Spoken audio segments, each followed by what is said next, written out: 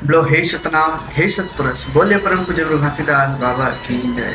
जैसे कि आप सब जानत हो कि परम पूज्य गुरु घासीदास बाबा जी के सम्मान में 1 दिसंबर से लेकर 31 दिसंबर तक जगह जगह अलग अलग जिला में, ब्लॉक में, गांव में, शहर में उनकी जयंती मनाए जाते हैं। साथ ही सतनाम शोभा यात्रा निकाल करके जन जन तक होकर संदेश पहुंचाए के काम करते हैं। वही कड़ी में 25 दिसंबर को सिमरा में हमारे आयोजन लगे जिसमें परम पूज्य गुरु घासीदास बाबा जी के सतनाम शोभा यात्रा निकाले जाही, सतनाम संदेश दिए जाही। वही कड़ी में आप सब सादर आमंत्रण है।